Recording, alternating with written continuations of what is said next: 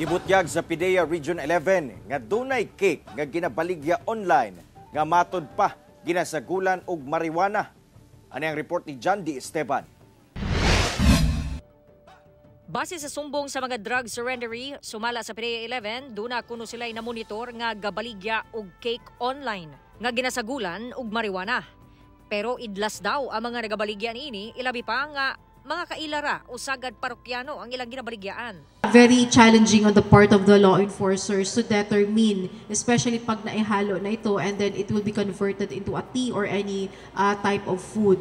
So, mahirap nga on our part, especially naging pagkain na siya. So, we have to coordinate with the FDA for the proper implementation of any violation against those personalities. Gawas sa mga ginasagol sa cake, doon na sa mga ginasagol sa cookies. Butang nga gikaalarma na sa awtoridad. Nag-try kami na nag-order kami, parang hindi naman namin kinain but we requested somebody na kumain. So nag-drug test siya, nag-positive naman unfortunately.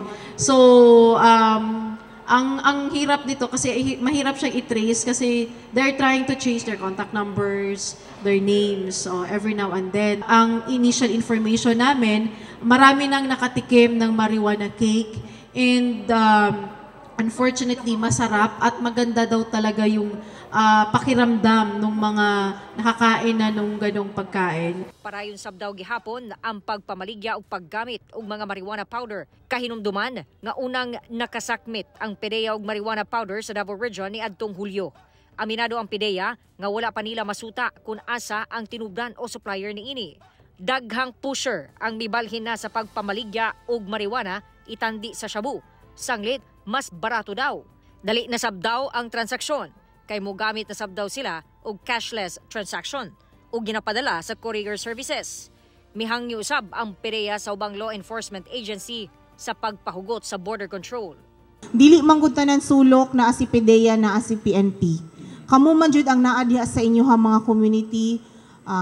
Kamo jud ang mas nakabalo. So please do inform us. Rest assured na inyong identity confidential.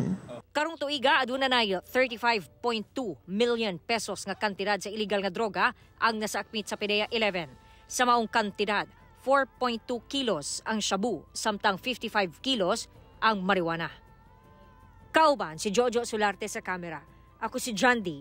Esteban para sa At Home with GMA Regional TV.